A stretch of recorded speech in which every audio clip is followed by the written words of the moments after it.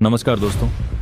मध्य पूर्व की तपती रेत पर जब गोलियों की गूंज और मिसाइलों की चमक एक साथ दिखाई देने लगी, तब यह सिर्फ ईरान और संयुक्त राज्य अमेरिका के बीच की जंग नहीं रह गई थी, बल्कि यह ऊर्जा, अर्थव्यवस्था और वैश्विक शक्ति संतुलन की उस अदृश्य लड़ाई में बदल गई थी जिसकी आहट नई दिल्ली से लेकर रियाद और मॉस्को तक सुनी जा रही थी।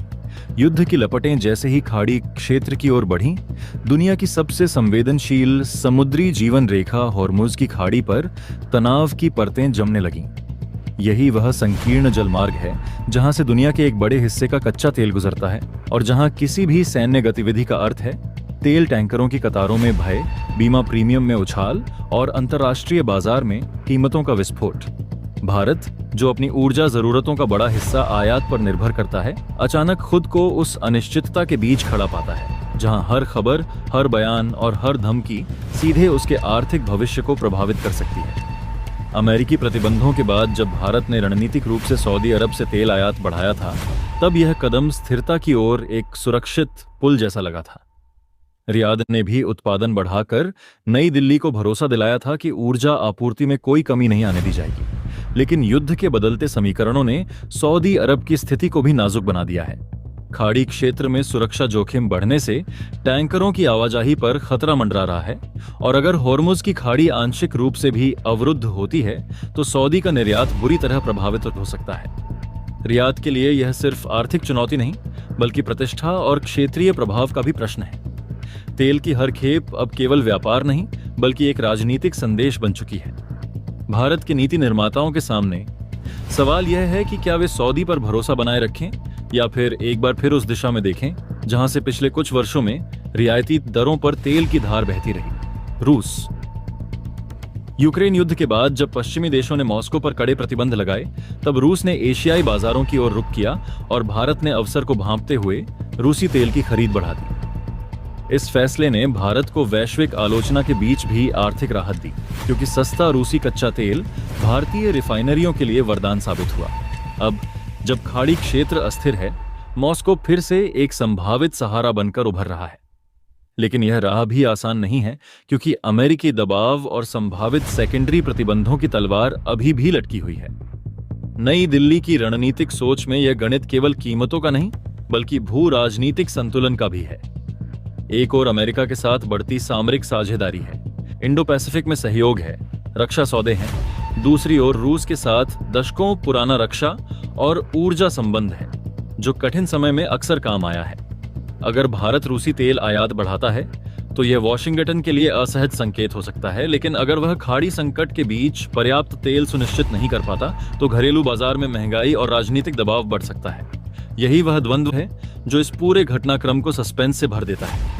हर फैसला किसी न किसी दिशा में जोखिम लेकर आता है। इस जंग का सबसे बड़ा प्रतीक बन चुकी हॉर्मुज की खाड़ी अब केवल समुद्री मार्ग नहीं, बल्कि शक्ति प्रदर्शन का मंच बन गई है। ईरान बार बार संकेत देता रहा है कि अगर उसके हितों पर हमला हुआ तो वह इस जलमार्ग को बाधित करने से पीछे नहीं हटेगा। अमेरिकी नौसैनिक बेड़े की मौजूदगी इस खतरे को संतुलित करने की कोशिश करती है, लेकिन किसी भी छोटी चूक से बड़ा टकराव जन्म ले सकता है। तेल टैंकरों की हर हरकत पर नजर रखी जा रही है और बीमा कंपनियां जोखिम का आकलन कर प्रीमियम बढ़ा रही हैं। परिणामस्वरूप कच्चे तेल की वैश्विक कीमतों में अस्थिरता बढ़ रही है, जिसका सीधा असर भारत जैसे आयातक देशों पर पड़ता है। सऊदी अरब के लिए यह स्थिति दोधारी तलवार है। एक ओर ऊंची कीमतें उसे अल्पकालिक राजस्व लाभ दे सकती हैं, दूसरी ओर आपूर्ति में बाधा उसके सबसे बड़े ग्राहकों के विश्वास को हिला सकती है। भारत, जो ऊर्जा सुरक्षा को राष्ट्रीय सुरक्षा से जोड़कर देखता है, अब वैकल्पिक स्रोतों पर तेजी से विचार कर रहा है। रूस के अलावा अन्य देशों से भी बातचीत की संभावनाएं टटोली जा रही हैं, लेकिन तत्काल और बड़े पैमाने पर आपूर्ति सुनिश्चित करने की क्षमता फिलहाल मॉस्को के पास अधिक दिखाई देती है। यही कारण है कि नई दिल्ली की नजरें एक बार फिर उत्तर की ओर टिक गई हैं। पर कहानी यहीं खत्म नहीं होती। अगर भारत रूसी तेल आयात बढ़ाता है तो भुगतान तंत्र, शिपिंग बीमा और डॉलर आधारित लेनदेन की जटिलताएं सामने आएंगी। पश्चिमी प्रतिबंधों के बीच वैकल्पिक भुगतान व्यवस्था खोजना आसान नहीं है।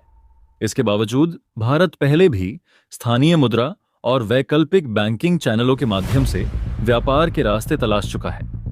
यह अनुभव अब काम आ सकता है। सवाल यह है कि क्या यह कदम केवल अस्थायी राहत होगा या दीर्घकालिक रणनीतिक झुकाव का संकेत। नई दिल्ली के गलियारों में चल रही चर्चाओं के बीच एक और चिंता है, घरेलू राजनीतिक प्रभाव। अगर तेल की कीमतें बढ़ती हैं तो महंगाई का दबाव बढ़ेगा, जो आम जनता पर सीधा असर डालेगा। सरकार के लिए यह केवल विदेश नीति का प्रश्न नहीं, बल्कि आर्थिक स्थिरता और राजनीतिक संतुलन का भी मामला है।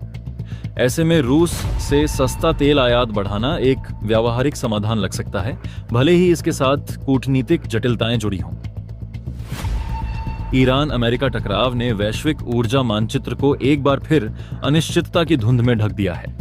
सऊदी अरब, जो लंबे समय तक स्थिर आपूर्ति का प्रतीक माना जाता रहा, अब खुद असुरक्षा के घेरे में है, और रूस, जो पश्चिमी प्रतिबंधों से घिरा हुआ है, इस संकट में अवसर तलाशता दिख रहा है। भारत इस त्रिकोण के बीच खड़ा है। हर दिशा में संभावनाएं हैं, हर दिशा में जोखिम है। रात के सन्नाटे में जब खाड़ी से गुजरते टैंकरों की रोशनी दूर क्षितिज पर टिमटिमाती है, तब यह केवल व्यापारिक जहाज नहीं होते, वे वैश्विक अर्थव्यवस्था की नब्ज लेकर चलते हैं। एक चिंगारी, एक गलत आकलन या एक अप्रत्याशित हमला इस नब्ज को रोक सकता है। भारत के लिए यह समय रणनीतिक धैर्य, त्वरित निर्णय और संतुलित कूटनीति का है। क्या नई दिल्ली रूस के साथ अपने ऊर्जा रिश्ते को और गहरा करेगी? क्या अमेरिका इस कदम को समझेगा या दबाव बढ़ाएगा? क्या सऊदी अरब इस संकट से उबरकर फिर स्थिरता ला पाएगा? इन सवालों के जवाब अभी धुंध में छिपे हैं, और यही इस पूरी कहानी का सस्पेंस है। ऊर्जा की इस शतरंज में हर चाल का असर दूर तक जाएगा, खाड़ी की लहरों से लेकर दिल्ली की संसद तक। भारत की नजरें फिलहाल मॉस्को पर टिकी हैं, लेकिन फैसला अभी बाकी है, और दुनिया सांस रोके देख रही है कि अगली चाल कौन चलेगा। ईरान यूएस जंग का सऊदी को तगड़ा नुकसान, एक बार फिर रूस पर टिकी भारत की नजर। मध्य पूर्व में जारी युद्ध के कारण होर्मुज की खाड़ी में तेल की आवाजाही बाधित हो गई है, जिससे भारत की तेल सप्लाई पर संकट के बादल मंडराने लगे हैं। अमेरिकी प्रतिबंधों के चलते भारत ने सऊदी अरब से तेल खरीद बढ़ाई थी, लेकिन अब सऊदी से तेल की सप्लाई कम हो सकती है। इस बीच भारत फिर से रूस से तेल आयात बढ़ाने पर विचार कर रहा है। मध्य पूर्व की तपती रेत पर एक बार फिर इतिहास की आहट सुनाई दे रही है, और इस बार इसकी गूंज सीधे भारत की ऊर्जा सुरक्षा तक पहुंच रही है। शनिवार से शुरू हुए अमेरिका, इजरायल और ईरान के बीच सैन्य टकराव ने न केवल क्षेत्रीय संतुलन को झकझोर दिया है, बल्कि वैश्विक तेल बाजार की नसों में भी बेचैनी भर दी है। जब ईरान ने जवाबी कदम के तौर पर दुनिया के सबसे अहम समुद्री तेल मार्गों में से एक होर्मुज की खाड़ी से जहाजों की आवाजाही रोकने की घोषणा की, तो यह केवल एक सामरिक कदम नहीं था, यह वैश्विक अर्थव्यवस्था के हृदय पर सीधा दबाव था। इसी जलडमरू मध्य से दुनिया की लगभग 20% तेल आपूर्ति गुजरती है, जिसमें सऊदी अरब, इराक, कुवैत और यूएई जैसे प्रमुख उत्पादकों का कच्चा तेल शामिल है। ऐसे में जब टैंकरों की रफ्तार थमती है, तो उसके झटके एशिया से लेकर यूरोप तक महसूस किए जाते हैं। और इस बार सबसे बड़ी चिंता भारत के लिए है, जो दुनिया का तीसरा सबसे बड़ा तेल आयातक है। भारत की ऊर्जा रणनीति पिछले 2 वर्षों में एक नाटकीय बदलाव से गुजरी है। 2022 में रूस यूक्रेन युद्ध के बाद पश्चिमी देशों द्वारा रूस पर लगाए गए प्रतिबंधों के बावजूद भारत ने छूट पर उपलब्ध रूसी कच्चे तेल की खरीद को तेजी से बढ़ाया। यह कदम आर्थिक रूप से फायदेमंद था। भारत को सस्ता तेल मिला, जिससे घरेलू महंगाई और चालू खाते के घाटे पर काबू रखने में मदद मिली। लेकिन इसी बीच अमेरिकी दबाव और भू राजनीतिक समीकरणों ने नई जटिलताएं पैदा की। अमेरिका ने रूस से जुड़े भुगतान तंत्र और शिपिंग पर कड़े प्रतिबंध लागू किए, जिससे भारतीय रिफाइनरियों के लिए लेन देन और बीमा की लागत बढ़ने लगी। परिणाम स्वरूप भारत ने अपनी आयात टोकरी को संतुलित करने के लिए मध्य पूर्वी देशों से तेल खरीद बढ़ाने की रणनीति अपनाई। यह रणनीति अल्पकालिक रूप से सफल दिख रही थी। सऊदी और इराकी ग्रेड के तेल की स्थिर आपूर्ति ने भारतीय रिफाइनरियों को विविधता दी, और पश्चिमी वित्तीय तंत्र के भीतर रहकर भुगतान करना अपेक्षाकृत आसान रहा। लेकिन अब जब होर्मुज की खाड़ी पर अनिश्चितता मंडरा रही है, तो वही विकल्प लगभग बंद होता दिख रहा है। तेल टैंकरों के बीमा प्रीमियम अचानक बढ़ गए हैं, शिपिंग कंपनियां जोखिम का आकलन कर रही हैं, और वैश्विक बेंचमार्क ब्रेंट क्रूड की कीमतों में उछाल ने बाजार को अस्थिर कर दिया है। सोमवार को ब्लूमबर्ग की रिपोर्ट ने इस संकट को नई दिशा दी। रिपोर्ट के अनुसार आपूर्ति बाधित होने की आशंका के बीच भारत रूस से कच्चे तेल की खरीद फिर से बढ़ाने पर गंभीरता से विचार कर रहा है। यह कदम केवल आर्थिक मजबूरी नहीं बल्कि रणनीतिक विवशता का संकेत है। भारत के नीति निर्माताओं के सामने सवाल है, क्या वे पश्चिमी प्रतिबंधों के जोखिम को उठाकर फिर से रूसी तेल पर निर्भरता बढ़ाएं या महंगे और अनिश्चित मध्य पूर्वी मार्गों के साथ बने रहें? रूस से तेल आयात बढ़ाने का विकल्प कई मायनों में आकर्षक है। पहला, रूसी तेल अब भी छूट पर उपलब्ध हो सकता है, खासकर तब जब मॉस्को अपने निर्यात बाजार को बनाए रखने के लिए एशियाई ग्राहकों को प्राथमिकता दे रहा है। दूसरा, रूस से तेल की आपूर्ति समुद्री मार्गों के अलावा आर्कटिक और वैकल्पिक शिपिंग चैनलों से भी संभव है, जो हॉर्मुज पर निर्भर नहीं है। तीसरा, भारत और रूस के बीच दशकों पुराना रक्षा और ऊर्जा सहयोग एक भरोसेमंद आधार प्रदान करता है, लेकिन यह रास्ता जोखिमों से खाली नहीं है। अमेरिकी प्रतिबंधों का दायरा बढ़ सकता है, जिससे भारतीय बैंकों और शिपिंग कंपनियों पर दबाव बढ़ेगा। वैश्विक वित्तीय प्रणाली में डॉलर आधारित लेन देन अभी भी प्रमुख है और किसी भी प्रकार का द्वितीयक प्रतिबंध भारत की अर्थव्यवस्था के लिए गंभीर चुनौती बन सकता है। इसके अलावा भारत की विदेश नीति रणनीतिक स्वायत्तता पर आधारित रही है। ऐसे में किसी एक धुरी की ओर अत्यधिक झुकाव दीर्घकालिक संतुलन को प्रभावित कर सकता है। मध्य पूर्व का यह संघर्ष केवल सैन्य नहीं बल्कि ऊर्जा राजनीति का भी युद्ध है। ईरान का हॉर्मुज पर नियंत्रण दिखाना एक संदेश है कि यदि उस पर दबाव बढ़ेगा तो वह वैश्विक तेल आपूर्ति को हथियार बना सकता है। दूसरी ओर अमेरिका और इजरायल का रुख यह संकेत देता है कि वे क्षेत्रीय शक्ति संतुलन को अपने पक्ष में बनाए रखने के लिए कठोर कदम उठाने को तैयार हैं। इस त्रिकोणीय टकराव में भारत जैसे आयात निर्भर देशों की स्थिति अत्यंत नाजुक हो जाती है। भारत की ऊर्जा खपत लगातार बढ़ रही है। आर्थिक विकास, शहरीकरण और औद्योगिकरण की रफ्तार के साथ तेल की मांग भी बढ़ती जा रही है। ऐसे में आपूर्ति में थोड़ी सी भी बाधा घरेलू ईंधन कीमतों, महंगाई दर और रुपए की विनिमय दर पर सीधा असर डाल सकती है। यदि तेल $100 प्रति बैरल से ऊपर जाता है तो सरकार के लिए सब्सिडी और राजकोषीय संतुलन बनाए रखना कठिन हो जाएगा। यही कारण है कि रूस की ओर लौटने का विचार केवल विकल्प नहीं बल्कि संभावित रणनीतिक पुनर्संतुलन है। भारत पहले भी वैश्विक दबावों के बीच अपने हितों को प्राथमिकता देता रहा है। 1970 के दशक के तेल संकट से लेकर 1991 के भुगतान संतुलन संकट तक भारत ने कठिन परिस्थितियों में भी ऊर्जा आपूर्ति सुनिश्चित करने के लिए साहसिक निर्णय लिए हैं। आज की परिस्थिति भी कुछ वैसी ही है, जहां वैश्विक राजनीति और आर्थिक हित आपस में उलझ गए हैं। इस पूरे घटनाक्रम में एक और पहलू उभर कर सामने आता है, ऊर्जा विविधीकरण और नवीकरणीय स्रोतों की ओर संक्रमण। भारत ने सौर और पवन ऊर्जा में उल्लेखनीय प्रगति की है, लेकिन फिलहाल परिवहन और पेट्रोकेमिकल क्षेत्र में कच्चे तेल का विकल्प सीमित है। दीर्घकाल में यह संकट भारत को हरित ऊर्जा और सामरिक भंडारण क्षमता बढ़ाने की दिशा में और तेजी से कदम उठाने के लिए प्रेरित कर सकता है। फिलहाल बाजार की नजरें दो चीजों पर टिकी हैं, हॉर्मुज की खाड़ी में जहाजों की आवाजाही कब सामान्य होगी और भारत किस दिशा में कदम बढ़ाएगा। यदि भारत रूस से आयात बढ़ाता है तो यह वैश्विक ऊर्जा मानचित्र में एक नया संकेत होगा कि एशिया की बड़ी अर्थव्यवस्थाएं अपने हितों को प्राथमिकता देते हुए पश्चिमी दबावों से स्वतंत्र निर्णय लेने को तैयार हैं। मध्य पूर्व की इस जंग ने एक बार फिर साबित कर दिया है कि तेल केवल ईंधन नहीं बल्कि शक्ति का स्रोत है, और जब शक्ति की राजनीति अपने चरम पर होती है तो उसके कंपन नई दिल्ली तक महसूस किए जाते हैं। भारत के लिए यह समय संतुलन, दूरदर्शिता और साहस का है, जहां हर निर्णय केवल आर्थिक नहीं बल्कि भू राजनीतिक भविष्य को भी आकार देगा। मध्य पूर्व में चल रहे युद्ध ने कच्चे तेल की आपूर्ति को बुरी तरह प्रभावित किया है। बीते शनिवार से अमेरिका और इजरायल ईरान से लड़ रहे हैं, जिसके जवाब में ईरान ने मध्य पूर्वी देशों के तेल निर्यात के अहम रास्ते हॉर्मुज की खाड़ी, स्ट्रेट ऑफ हॉर्मुज से जहाजों की आवाजाही पर रोक लगा दी। इस रोक के बाद भारत की मुश्किलें बढ़ गई हैं, क्योंकि रूसी तेल पर अमेरिकी प्रतिबंधों के चलते भारत ने हाल ही में सऊदी अरब जैसे मध्य पूर्व देशों से तेल खरीद बढ़ाई है। लेकिन अब भारत के लिए यह विकल्प भी लगभग बंद हो रहा है। ऐसे में भारत एक बार फिर रूस से तेल आयात बढ़ाने पर विचार कर रहा है। सोमवार को ब्लूमबर्ग ने रिपोर्ट किया कि तेल सप्लाई प्रभावित होने की आशंका के बीच दुनिया का तीसरा सबसे बड़ा तेल आयातक भारत रूस के कच्चे तेल की खरीद बढ़ाने पर विचार कर रहा है। हॉर्मुज की खाड़ी में अचानक आई भू राजनीतिक उथल-पुथल ने वैश्विक ऊर्जा बाजार को जिस तरह झकझोर दिया है, उसने नई दिल्ली के रणनीतिक गलियारों में असामान्य हलचल पैदा कर दी है। रिपोर्ट के मुताबिक भारत की सरकारी रिफाइनरियों, जिनमें प्रमुख रूप से Indian oil corporation, Bharat petroleum corporation limited और हिंदुस्तान पेट्रोलियम कॉरपोरेशन लिमिटेड शामिल हैं, ने वीकेंड में राजधानी में उच्च अधिकारियों के साथ आपात बैठक की, क्योंकि हॉर्मुज के रास्ते तेल और गैस की सप्लाई लगभग ठप हो जाने से ऊर्जा सुरक्षा पर सीधा खतरा मंडराने लगा है। यह जलमरुमध्य, जो फारस की खाड़ी को अरब सागर से जोड़ता है, दुनिया के सबसे संवेदनशील ऊर्जा औकाबात था, अकुसिगु चौक पॉइंट्स में गिना जाता है। यहां से गुजरने वाला तेल प्रवाह रुकते ही एशियाई अर्थव्यवस्थाओं में चिंता की लहर दौड़ जाती है।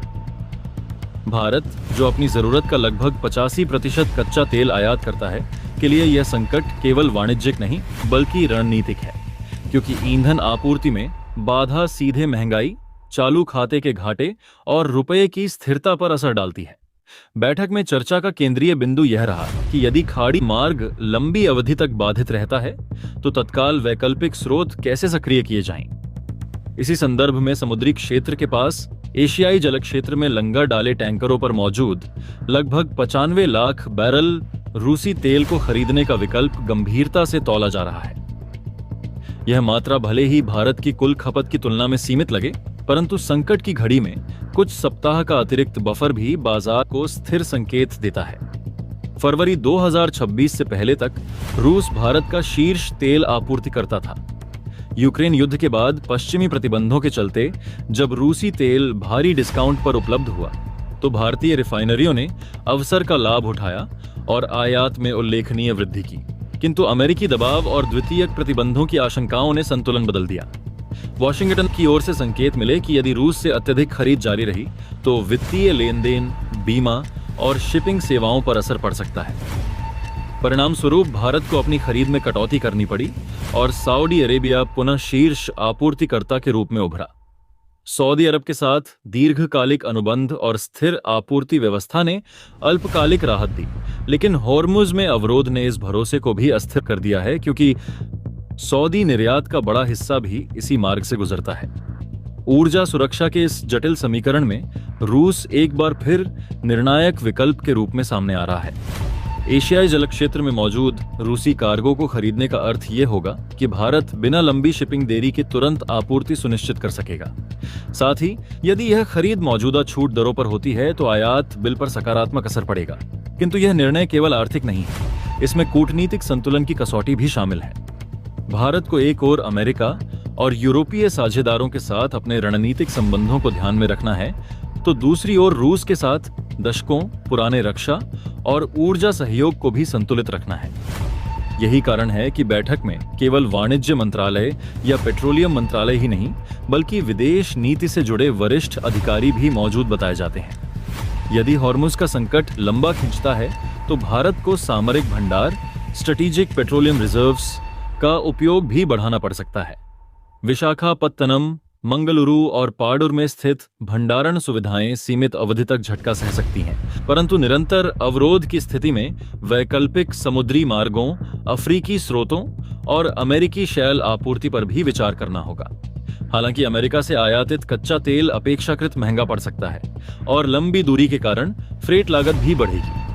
इस पृष्ठभूमि में रूसी तेल का समीपवर्ती उपलब्ध भंडार आकर्षक विकल्प बन जाता है।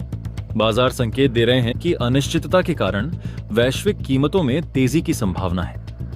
यदि ब्रेंट क्रूड में उछाल आता है तो भारतीय उपभोक्ताओं पर दबाव बढ़ेगा और सरकार को उत्पाद शुल्क में कटौती जैसे कदम उठाने पड़ सकते हैं। इससे राजकोषीय संतुलन प्रभावित होगा। इसलिए आपात बैठक में केवल खरीद स्रोत नहीं, बल्कि मूल्य स्थिरीकरण और आपूर्ति श्रृंखला प्रबंधन पर भी चर्चा हुई होगी।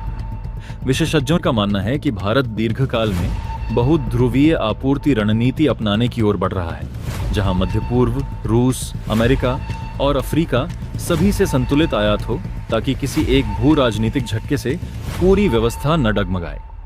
इस पूरे घटनाक्रम में सबसे महत्वपूर्ण पहलू यह है कि ऊर्जा अब केवल आर्थिक वस्तु नहीं रही। यह कूटनीति, रक्षा और वैश्विक शक्ति संतुलन का उपकरण बन चुकी है। हॉर्मुज की खाड़ी में बाधा ने दिखा दिया कि समुद्री मार्गों की सुरक्षा कितनी अहम है। भारतीय नौसेना की तैनाती और समुद्री निगरानी क्षमताएं भी इस संदर्भ में चर्चा का विषय बन सकती हैं, क्योंकि ऊर्जा टैंकरों की सुरक्षित आवाजाही सुनिश्चित करना राष्ट्रीय हित का हिस्सा है। यदि रूस से समुद्र में खड़े टैंकरों का तेल खरीदा जाता है तो यह संकेत होगा कि भारत संकट की घड़ी में व्यावहारिक और त्वरित निर्णय लेने को तैयार है, भले ही उसे वैश्विक दबावों के बीच संतुलन साधना पड़े। आगे की राह इस बात पर निर्भर करेगी कि हॉर्मुज में अवरोध अस्थायी है या दीर्घकालिक। यदि स्थिति शीघ्र सामान्य होती है तो यह प्रकरण ऊर्जा आपूर्ति के विविधीकरण की आवश्यकता का स्मरण कराएगा। यदि संकट लंबा चलता है तो भारत को अपनी रणनीति में संरचनात्मक बदलाव करने पड़ सकते हैं। दीर्घकालिक अनुबंधों की पुनर्समीक्षा, वैकल्पिक पाइपलाइन परियोजनाएं और नवीकरणीय ऊर्जा में तेज निवेश। फिलहाल एशियाई जलक्षेत्र में मौजूद 95 लाख बैरल रूसी तेल नई दिल्ली के लिए केवल एक कार्गो नहीं बल्कि ऊर्जा सुरक्षा की अनिश्चित बिसात पर रखा गया एक अहम मोहरा है, जिस पर लिया गया निर्णय आने वाले महीनों में भारत की आर्थिक स्थिरता और कूटनीतिक संतुलन दोनों को प्रभावित कर सकता है। पिछले महीने जब भारत और अमेरिका ने संयुक्त रूप से यह घोषणा की कि दोनों देश एक अंतरिम व्यापार समझौते को अंतिम रूप देने के करीब हैं, तब वैश्विक आर्थिक गलियारों में यह खबर केवल एक कूटनीतिक औपचारिकता नहीं बल्कि एक रणनीतिक मोड़ के रूप में देखी गई, क्योंकि यह वही समय था जब वॉशिंगटन ने रूसी तेल की खरीद को लेकर नई दिल्ली पर अतिरिक्त 25% टैरिफ थोप दिया था और कुल प्रभावी टैरिफ दर 50% तक पहुंच गई थी, जिससे भारतीय निर्यातकों, विशेषकर स्टील, एल्यूमीनियम, इंजीनियरिंग वस्तुओं, फार्मास्यूटिकल्स और आईटी सेवाओं पर भारी दबाव बना। अमेरिकी प्रशासन का तर्क था कि यूक्रेन युद्ध के बीच रूस से ऊर्जा आयात जारी रखना पश्चिमी प्रतिबंध व्यवस्था की भावना के विपरीत है, जबकि भारत का रुख साफ था कि उसकी ऊर्जा सुरक्षा सर्वोपरि है और वह अपने राष्ट्रीय हितों के आधार पर निर्णय लेगा। यही वह पृष्ठभूमि थी जिसमें अंतरिम समझौते की बातचीत तेज हुई और संकेत मिले कि यदि व्यापक व्यापार संतुलन, बाजार पहुंच, डिजिटल व्यापार नियमों और कृषि आयात निर्यात मानकों पर सहमति बनती है तो टैरिफ संरचना में राहत संभव है। इस संदर्भ में तत्कालीन अमेरिकी राष्ट्रपति डोनाल्ड ट्रंप की भूमिका निर्णायक रही, क्योंकि उनकी नीति अमेरिका फर्स्ट के तहत टैरिफ को दबाव के औजार की तरह इस्तेमाल किया जाता रहा है। लेकिन वही ट्रंप जब अंतिम व्यापार समझौते पर सहमति बनने के बाद रूसी तेल को लेकर लगाए गए अतिरिक्त 25% टैरिफ को खत्म करने की घोषणा करते हैं, तो यह केवल आर्थिक निर्णय नहीं बल्कि बहुस्तरीय रणनीतिक संकेत बन जाता है। दरअसल इस पूरे घटनाक्रम को समझने के लिए यह देखना होगा कि भारत अमेरिका व्यापार संबंध पिछले एक दशक में किस प्रकार रक्षा, प्रौद्योगिकी, सेमीकंडक्टर आपूर्ति श्रृंखला, क्वाड सहयोग और इंडो पैसिफिक रणनीति के साथ गहरे जुड़े हैं। अमेरिका के लिए भारत केवल एक बड़ा बाजार नहीं बल्कि चीन के बढ़ते प्रभाव को संतुलित करने वाला साझेदार है, और भारत के लिए अमेरिका निवेश, तकनीक और निर्यात अवसरों का प्रमुख स्रोत। ऐसे में 50% टैरिफ की स्थिति दोनों अर्थव्यवस्थाओं के लिए दीर्घकालिक रूप से अस्थिर थी, क्योंकि इससे भारतीय निर्यात महंगा होता, अमेरिकी कंपनियों की लागत बढ़ती और वैश्विक आपूर्ति श्रृंखलाएं प्रभावित होती। अंतरिम समझौते के तहत जब टैरिफ को घटाकर 18% करने का संकेत दिया गया तो बाजारों ने इसे सकारात्मक संदेश के रूप में लिया। भारतीय शेयर बाजार में निर्यात उन्मुख कंपनियों के शेयरों में उछाल आया, रुपया स्थिर हुआ और निवेशकों को यह भरोसा मिला कि व्यापार युद्ध की आशंका टल सकती है। लेकिन असली नाटकीय मोड़ तब आया जब अंतिम समझौते पर सहमति के बाद ट्रंप प्रशासन ने रूसी तेल पर लगाए गए 25% अतिरिक्त टैरिफ को पूरी तरह समाप्त कर दिया, जिससे यह स्पष्ट हुआ कि अमेरिका ने भारत की ऊर्जा वास्तविकताओं को स्वीकार किया है। भारत विश्व का तीसरा सबसे बड़ा तेल आयातक है और रियायती दरों पर रूसी कच्चा तेल खरीदकर उसने अपने आयात बिल को नियंत्रित रखा, जिससे महंगाई पर अंकुश लगा और चालू खाते के घाटे को सीमित किया जा सका। इसलिए नई दिल्ली के लिए यह केवल कूटनीतिक जिद नहीं बल्कि आर्थिक अनिवार्यता थी। अमेरिकी निर्णय यह दर्शाता है कि वॉशिंगटन ने व्यापक रणनीतिक समीकरण को प्राथमिकता दी। यदि भारत पर कठोर आर्थिक दंड जारी रहता तो वह रूस के साथ और अधिक निकटता बढ़ा सकता था, जबकि अमेरिका की इंडो पैसिफिक रणनीति के लिए भारत की साझेदारी अनिवार्य है। इस घटनाक्रम का एक और आयाम घरेलू राजनीति से जुड़ा है, क्योंकि ट्रंप अक्सर टैरिफ को वार्ता की रणनीति के रूप में उपयोग करते रहे हैं। पहले कठोर रुख, फिर समझौते के बाद राहत, ताकि वे इसे जीत के रूप में प्रस्तुत कर सकें। अंतिम समझौते में कथित तौर पर कृषि उत्पादों पर सीमित बाजार पहुंच, ई कॉमर्स डेटा नियमों में स्पष्टता, बौद्धिक संपदा संरक्षण और रक्षा खरीद में सहयोग जैसे तत्व शामिल हैं, जिनसे दोनों देशों को लाभ की उम्मीद है। भारत ने भी संकेत दिया कि वह अमेरिकी कंपनियों के लिए विनिर्माण और सेमीकंडक्टर निवेश को प्रोत्साहन देगा, जो वैश्विक आपूर्ति श्रृंखला के चीन केंद्रित मॉडल से विविधीकरण की अमेरिकी नीति के अनुरूप है। रूसी तेल टैरिफ हटाने का निर्णय यह भी दिखाता है कि ऊर्जा भू राजनीति कितनी लचीली हो चुकी है। पश्चिमी देशों ने स्वयं भी अप्रत्यक्ष रूप से रूसी ऊर्जा का उपभोग जारी रखा है, इसलिए भारत पर एकतरफा कठोरता टिकाऊ नहीं थी। इस पूरे घटनाक्रम में सबसे महत्वपूर्ण संदेश यह है कि आर्थिक परस्पर निर्भरता अंततः राजनीतिक मतभेदों को संतुलित कर देती है। अमेरिका को भारत के विशाल उपभोक्ता बाजार और रणनीतिक स्थिति की जरूरत है, और भारत को अमेरिकी पूंजी, तकनीक और निर्यात अवसरों की। 18% टैरिफ की संशोधित दर, अतिरिक्त 25% दंडात्मक टैरिफ की समाप्ति और अंतरिम समझौते का अंतिम रूप लेना इस बात का संकेत है कि दोनों पक्ष टकराव से अधिक सहयोग में विश्वास रखते हैं। हालांकि चुनौतियां अभी भी शेष हैं। व्यापार असंतुलन, वीजा नीतियां, डिजिटल कर, पर्यावरण मानक और मानवाधिकार विमर्श। लेकिन हालिया निर्णय ने यह स्पष्ट कर दिया कि संवाद के माध्यम से समाधान संभव है। वैश्विक निवेशकों के लिए यह संदेश है कि भारत अमेरिका आर्थिक धुरी स्थिर बनी रहेगी और ऊर्जा, रक्षा, प्रौद्योगिकी तथा आपूर्ति श्रृंखला के क्षेत्रों में सहयोग गहराता जाएगा। अंततः ट्रंप द्वारा रूसी तेल को लेकर लगाए गए 25% टैरिफ को हटाना केवल एक आर्थिक रियायत नहीं, बल्कि एक रणनीतिक स्वीकारोक्ति है कि बहुध्रुवीय विश्व व्यवस्था में साझेदारियों को कठोर दंडात्मक उपायों से नहीं, बल्कि व्यावहारिक संतुलन से आगे बढ़ाया जा सकता है। और यही संतुलन आने वाले वर्षों में भारत अमेरिका संबंधों की दिशा तय करेगा। जब डोनाल्ड ट्रंप ने यह दावा किया कि टैरिफ में कमी इसलिए की गई क्योंकि भारत रूसी तेल खरीदना बंद करने पर सहमत हो गया, तो यह बयान केवल एक आर्थिक टिप्पणी नहीं था, बल्कि वैश्विक ऊर्जा राजनीति के जटिल शतरंज पर चली गई एक चाल थी, जिसमें शब्दों की गूंज वास्तविक तथ्यों से कहीं अधिक प्रभाव पैदा करती है। भारत ने आधिकारिक तौर पर कभी यह नहीं कहा कि वह रूस से तेल खरीदना बंद कर रहा है, और मॉस्को ने भी स्पष्ट संकेत दिए कि नई दिल्ली ने अपने रुख में कोई औपचारिक बदलाव नहीं किया है, लेकिन इसके समानांतर जो वास्तविकता उभरी वह आंकड़ों में दिखी। रूसी कच्चे तेल की भारत द्वारा की जाने वाली खरीद में उल्लेखनीय गिरावट और मध्य पूर्वी आपूर्तिकर्ताओं, विशेषकर सऊदी अरेबिया से आयात में तेज वृद्धि।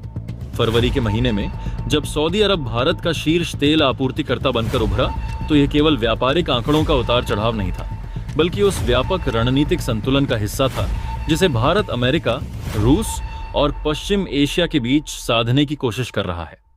सितंबर 2022 के बाद पहली बार रूस से दैनिक आयात घटकर लगभग 10 लाख बैरल पर आ गया, जबकि कभी यह 20 लाख बैरल प्रतिदिन तक पहुंच गया था।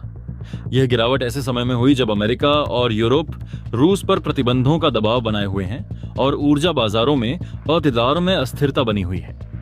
भारत की ऊर्जा नीति पर नजर डालें तो स्पष्ट होता है कि यह निर्णय किसी वैचारिक परिवर्तन का परिणाम नहीं, बल्कि बहुआयामी दबावों का संतुलन है। एक और अमेरिका, जो स्वयं ऊर्जा निर्यातक शक्ति बन चुका है, रूस के खिलाफ आर्थिक नाकेबंदी को मजबूत करना चाहता है। दूसरी ओर रूस, जिसने यूक्रेन युद्ध के बाद रियायती दरों पर तेल उपलब्ध कराकर भारत जैसे देशों को आकर्षित किया, वह अपने प्रमुख खरीदारों को बनाए रखने के लिए हर संभव प्रयास कर रहा है। ऐसे में ट्रंप का बयान घरेलू अमेरिकी राजनीति के संदर्भ में देखा जाए तो यह संदेश देने की कोशिश भी हो सकती है कि उनकी सख्त टैरिफ नीति और दबाव की रणनीति काम कर रही है। लेकिन भारत के लिए मामला इतना सरल नहीं है। नई दिल्ली ने बार बार यह दोहराया है कि उसकी ऊर्जा खरीद राष्ट्रीय हितों पर आधारित है, न कि किसी तीसरे देश के दबाव पर। फिर भी जब रूसी तेल की हिस्सेदारी घटती है और सऊदी अरब शीर्ष आपूर्तिकर्ता बनता है, तो यह संकेत मिलता है कि भारत बाजार और कूटनीति दोनों के संकेतों को पढ़ते हुए अपनी चाल चल रहा है। दोस्तों, आपकी क्या राय है कमेंट बॉक्स में जरूर से बताएं, और साथ ही चैनल को सब्सक्राइब करना ना भूलें। आपके एक सब्सक्राइब से हमारी काफी बड़ी मदद होती है। जय हिंद।